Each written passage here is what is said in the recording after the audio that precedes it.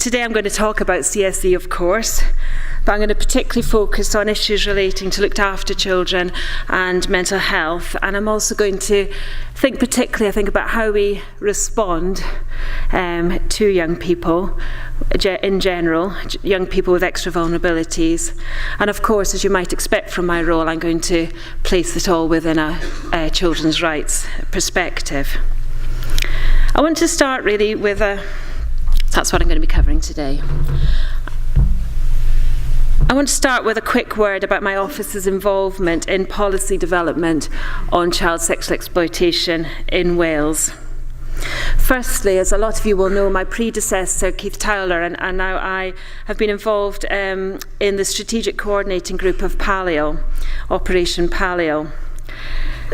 Although it's a historic inquiry, of course, I think there's lots of lessons to be learned from how social services department, police and other organisations can work together on this issue. And Keith Towler's report, Learning the Lessons on Palio, really highlighted, and he interviewed victims from Palio, really highlighted how we can do this in a victim-centred way rather than a process-centred way. Palio's still going on, of course, and Palio's not going to be the end of historic cases arising, unfortunately. But I think we have learned a lot from the work in Palio, and I commend the work of the team. I think a lot of the points that Helen mentioned about, just at the very end of her talk then, about what young people want and need from an investigation have been piloted here within Palio, about keeping victims informed of the process, making sure that it is victim-centred.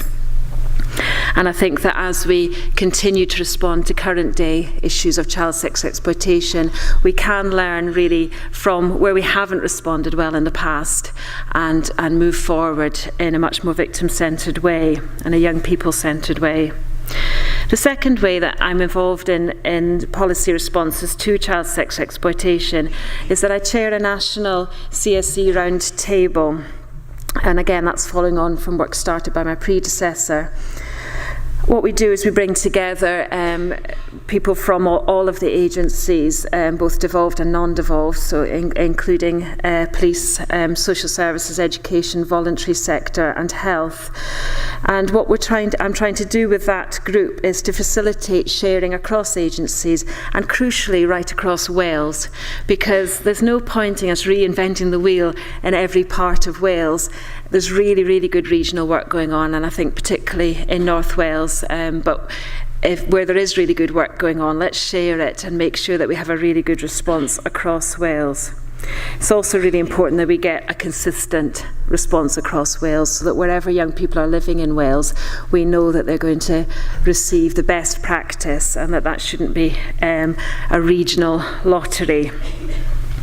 The other point of my group is really to hold Welsh Government and other public bodies to account on producing a national action plan, again, so that we can have a really good national response, and to make sure that we coordinate our data collection so that we really understand the nature of the problem in Wales. There's no point in North Wales area, South Wales, and Mid Wales, etc., all collecting their data in different ways. We won't be able to understand then what's going on, and that needs to be led centrally. So I'm really pushing on that. I really welcome the action plan that's been launched today. There's lots of things I like about it. I like the systemic approach. I like the fact that that here in North Wales you're thinking about early education in schools right through to to the criminal justice system. And I like the fact that you've got clear measures of success, and I really wish you all the well in implementing that and seeing some of the results from that. And it's really important that as we move forward with the National Safeguarding Board, that the National Safeguarding Board, which should be in place by next year, and the Regional Safeguarding Board take on this kind of coordinating role and make sure that we have a really good systematic approach to CSE in Wales. The third thing that we are trying to do with the round table is to make sure that children's rights are central to our Welsh response to CSE, and to keep the momentum going on how we respond, because in a way sometimes there's so many concerning issues to tackle, as in all the roles that you perform, you can almost have something that seems terribly worrying for a year, and then it can almost, the height of concern can fade away and we're on to the next thing. Everyone was very concerned about neglect a couple of years ago following the Baby P case. That doesn't mean we shouldn't still be concerned about neglect and issues around that, and we mustn't let the same happen to CSE either. I'm really glad that we have had for some time a really helpful tool in the SERAF tool, but another point again of the national roundtable is to encourage the government to lead again on reviewing SERAF, making sure that we learn from its use now over a good number of years in Wales, so that we can have the best possible tool for identifying child sex exploitation in Wales. We now have, the potential to look longitudinally at young people that were identified a number of years ago to see how accurately really the risk was identified with SERAF all those years ago. So again, that's another thing that we're encouraging the government to look at. And the third way that my office has been involved in CSE policy development recently has been in my work with the other children's commissioners across the UK, in doing our joint report to the UN Committee for the Rights of the Child, which we do every 6 years, and we did again this year. And in fact, last week we were in Geneva with young people from right across the UK and the voluntary sector to give evidence to the committee on the state of children's rights across the UK, and the government will be invited there in the spring to respond to the issues that they've heard. And it won't surprise you to hear that CSE was one of the issues that we discussed, and it's in our report. And we particularly talked about the need for coordinated responses across nations, and also enough support and therapy for children. There's no point in just identifying abuses, so we need to make sure they get the help that they need, and I'm going to come back to that in a minute. Here's a quick overview of what, as you'll know, there's 42 rights for children in the UNCRC, and here's a quick overview of some of those I think are most relevant to CSE. I'm going to come back to those towards the end. I just wanted to put them up at the start to remind us that we actually have a whole charter of children's rights within which we can understand how we should respond to CSE. And as I say, I will come back to that at the end when I talk about how we respond. But for now, and that's yn Gymraeg, for now I'm going to move on to talk briefly about looked after children and links with CSE. So thanks to Bernardo's for sharing these statistics with us. Last year, I hope I've got all these stats right. I've got Sam sitting there who knows them all backwards, so you can correct me later if I'm wrong. But last year, Bernardo's had around 500 referrals across Wales on child sex exploitation, of which about 20% involved looked after children. And very many of those 500 were at high risk, and there is a high demand for their service. Of the 85 young people that they worked with, 52 of those were looked after children. So that's more than half. So it's a lot more than the proportion that were referred, and I think that demonstrates to us the high vulnerability of the looked after children that were referred to the SERAF service last year, and their legal status is there as well.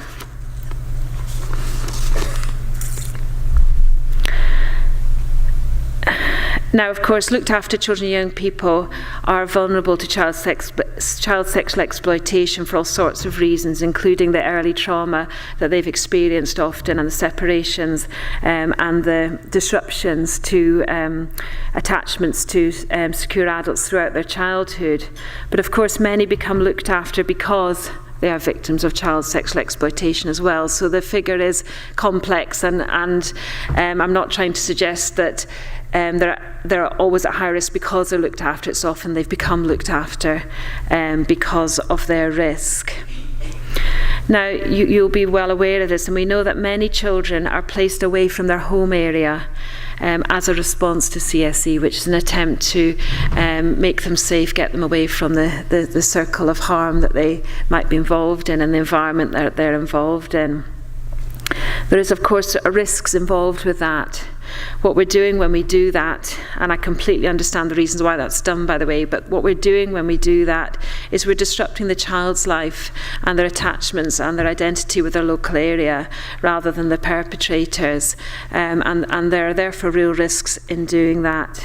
If young people are not involved in the planning for their placement, and obviously sometimes these things have to happen very quickly, and if they don't feel that they've been involved or had any choice in the matter, then they may be more likely to go missing from the place that they are placed in, out of county, and obviously be at risk again. Young people need to feel some ownership over the planning and reviewing of their care.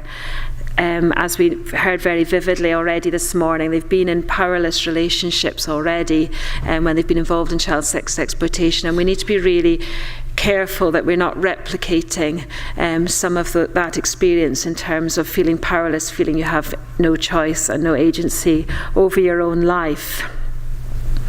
Now, in North Wales, you have a concentration of residential care placements, much more than in the rest of Wales, for all sorts of historic reasons, really.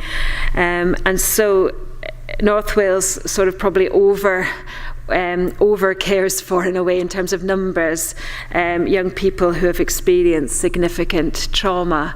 And I think that's something that I'm really aware of in terms of North Wales service provision and the kind of planning that you have to do. And you're often accommodating, of course, young people who have experienced significant trauma, who are not from North Wales, but they're from some elsewhere in Wales or elsewhere in the UK. And I think it's unfair on those young people and on those of you providing services if their care plans have not been carefully prepared for before they are placed in North Wales and properly resourced as well. In a little while, I'm going to talk about my residential care review that I'm going to be undertaking this year. But first of all, and that's of course all relevant to what I've just been talking about. But first of all, I'm going to briefly touch on mental health issues.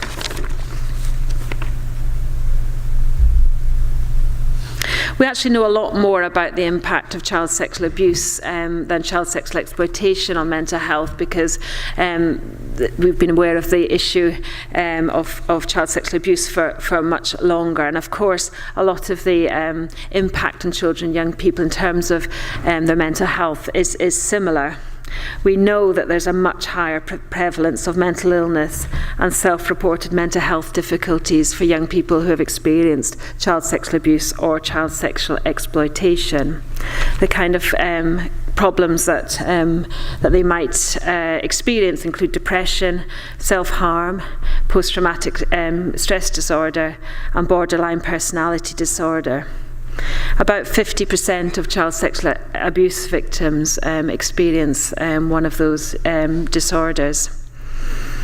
And what we do know is that many will find it difficult to seek or to engage with help for their mental health problems.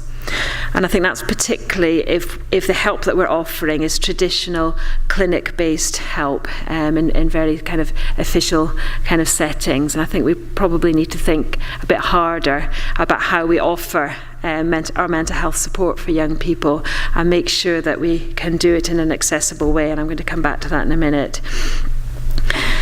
I think it's a trauma. Child sexual exploitation is a trauma that's likely to need treatment and broad-based support. Young people are going to need both, so not just categorise them into just needing mental health services or just needing some other kind of help. They're likely to need broad-based support. Mental health problems, of course, can also be contextual in terms of vulnerability for young people prior to being exploited as well. So it's a bit like being looked after as well. It's not always just something that comes after exploitation, but could also be a contextual vulnerability, along with other vulnerabilities that we heard about earlier.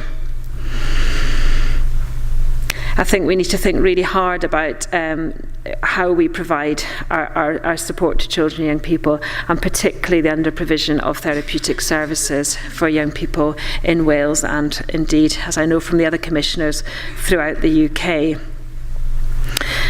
Of course, my job is to promote and safeguard the rights and welfare of all children and young people in Wales. When we think about rights, I think some people think about them quite narrowly as just being about giving young people a voice, which of course is important, but it's not the only aspect of children's rights.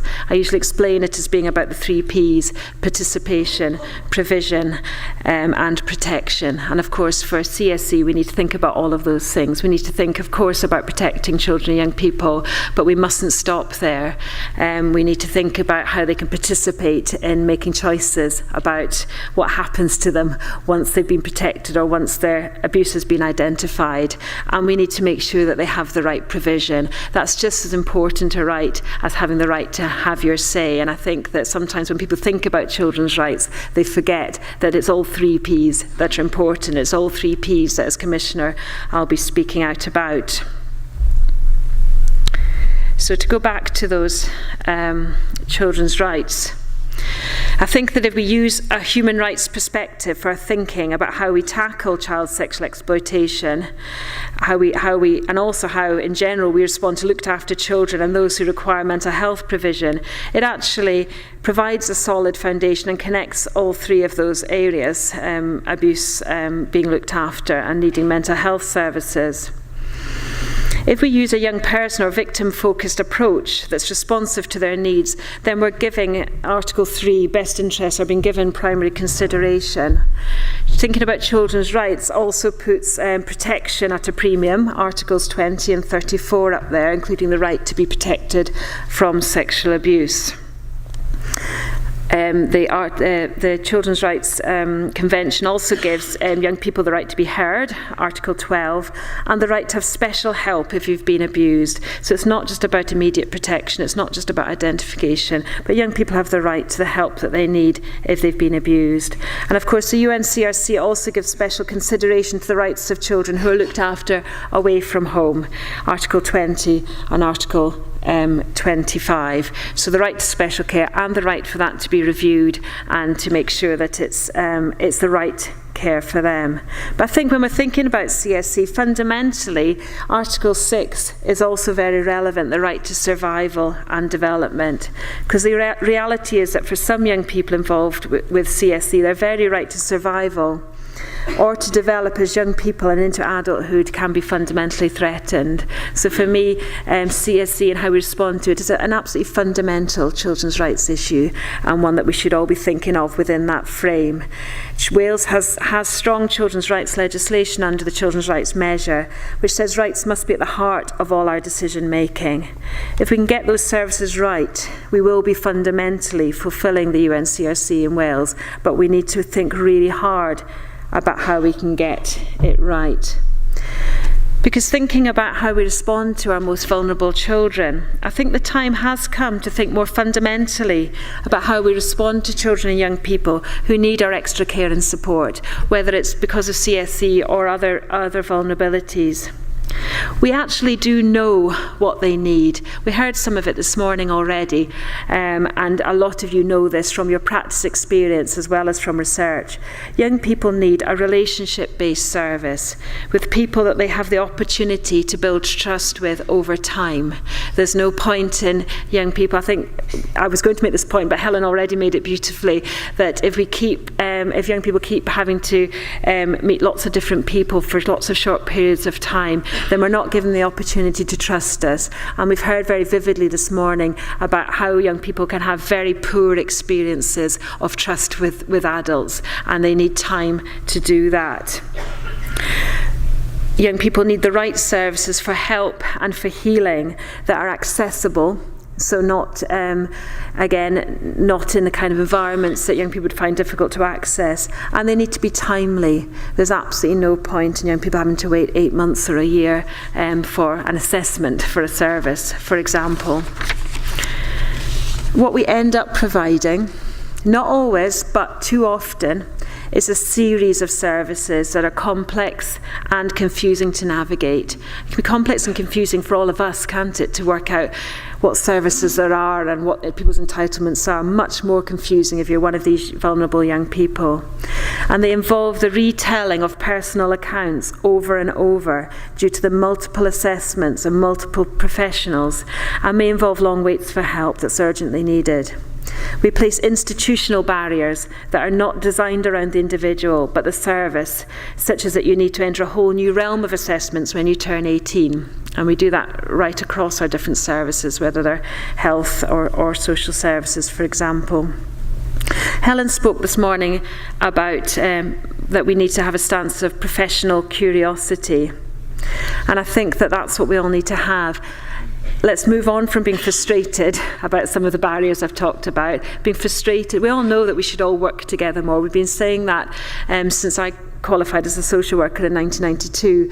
Everyone's been saying we must all work together more. We know that, and we do it well in parts, and I think often we do it very well in North Wales, but we need to move on from that and think about, get that professional curiosity hat on and think, are there other ways that we could do this? Do we need to just try and tweak what we're doing and work better together? Are there actually other ways that we could do this? Why can't we deliver help from multidisciplinary teams that can help with more than one aspect of a child's life?